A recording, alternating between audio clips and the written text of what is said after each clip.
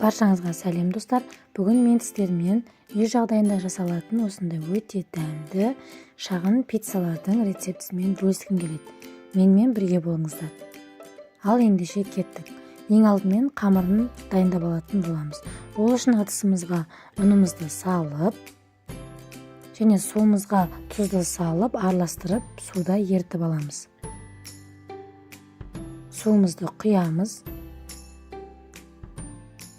Және зәйтүн майы қажет болады. Зәйтүн майын құямыз. Зәйтүн майы болмаса, кәдімгі күнбағыс майы жарайды. Аштығымызды саламыз. Және шекерді саламыз. Осыларды жақсылап араластырып, қамыр егетін боламыз. Басында біздің қамырымыз кішкене қаттылау болады. 3-4 минуттай, 5 минуттай осылай июін қандырып, жақсылап илейміз.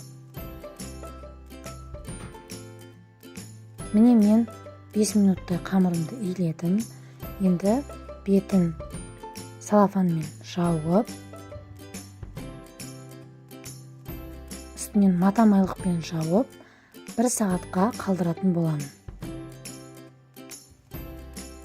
Қамырымыз ашығанша біз пиццаның бетіне жағатын итальяндық соусымызды дайындаймыз. Ол үшін бізге 3 дана қызанақ қажет болады. Оны видеодағыдай пышақтың көмегімен осылай кесіп аламыз. Пиццаның бетіне майонез бен кетчупты араластырып жаққаннан осы соусты жасасаңыздар, пиццаларыңыз өте дәмді болып шығады. Оның үстіне ыстық суымызды құямыз.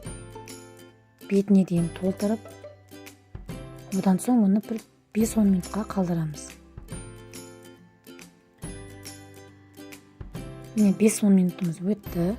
Артық жерлерін пышақпен кесіп алып тастаймыз.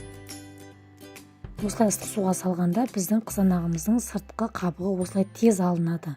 Осылай сыртқы қабығын алып тастаймыз.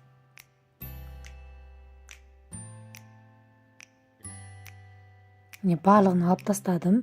Енді шұңғыл ыдысымды алып, барлығын соның ішіне салып, блендердің көмегімен жақсылап біркелкі езіп аламыз.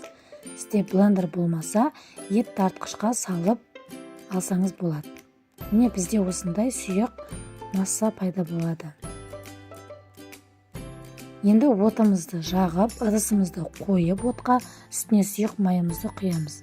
Және оның үстіне 1 тісше сарымсағымызды саламыз. 1-2 минуттай қуырамыз. Одан соң оның үстіне 1 ас қасық орегано дәмдеушін саламыз.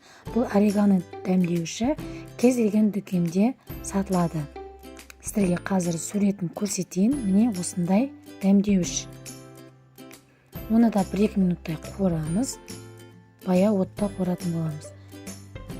Енді оның үстіне 1 шай қасық паприка саламыз. Паприка салғанда осылай кішкене көпіреді.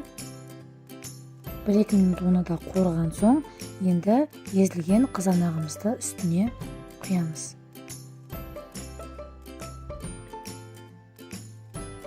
Міне қызанағымыздың барлығын салдық.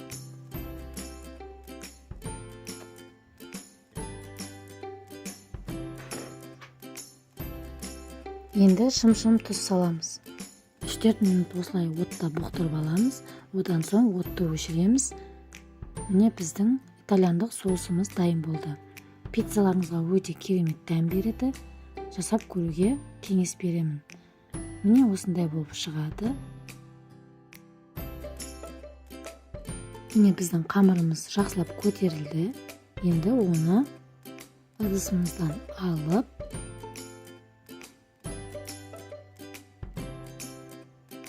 астына май жағып, қамырымызды бірнеше бөлікке бөлеміз. Егер сіздер диаметрі 30 см болатындай үлкен пиццалар жасағыңыз келсе, бұл қамырдан 2 пицца шығады. Мен осылай шағын пиццалар жасағым келді, сол үшін бірнеше бөлікке бөліп алдым. Бөлікке бөліп болған соң, осылай барлығын домалақтап жасап шықтым. Енді бетін жауып, тағы да 5 минутқа қалдырамыз. Қамырымыз тағы да кішкене көтеріледі. Міне қамырымыз көтерілді. Енді шетінен алып оқтаудың көмегімен жаямыз. дәл видеодағыдай жұқа етіп жая беріңіздер, өйткені қамырдың құрамына ашытқы қосылған, ол кішкене ісініп көтеріліп пісетін болады. Табамды майлап, қамырымды табаға орналастырдым. Менде осындай 3 дана қамырым сыйды табама.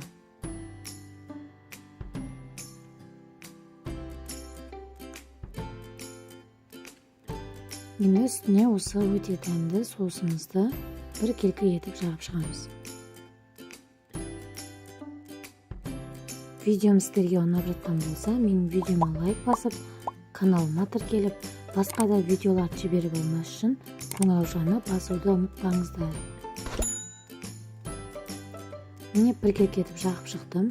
Енді үкіштен өткізілген ірімшігімді осылай бетіне салып шығатын боламын. Пиццаңыз дәмді болсын десеңіз, онда бетіне ірімшікті барынша көп салуға тырысыңыз. Сонда сіздің пиццаңыз өте керемет болып шығады. Мен осындай шұжықтарды бетіне орналастырып шықтым. Ол өз қалауыңызша, саңырауқұлақ болсын, қызанақ болсын, кез келген өзіңізге ұнаған затты бетіне қоюыңызға болады. Және үкіштен өткізілген ірімшігімді тағы да бетіне осылай сеуіп шықтым. Енді осыны 250 градуста 7-8 минут отта пісіретін боламыз. Пеште 7-8 минуттан артық ұстамаңыздар, өйткені біздің ірімшіктеріміз күйіп кетеді. Міне біздің пиццамыз дайын болды. Астарыңыз дәмді болсын, жасап көріңіздер.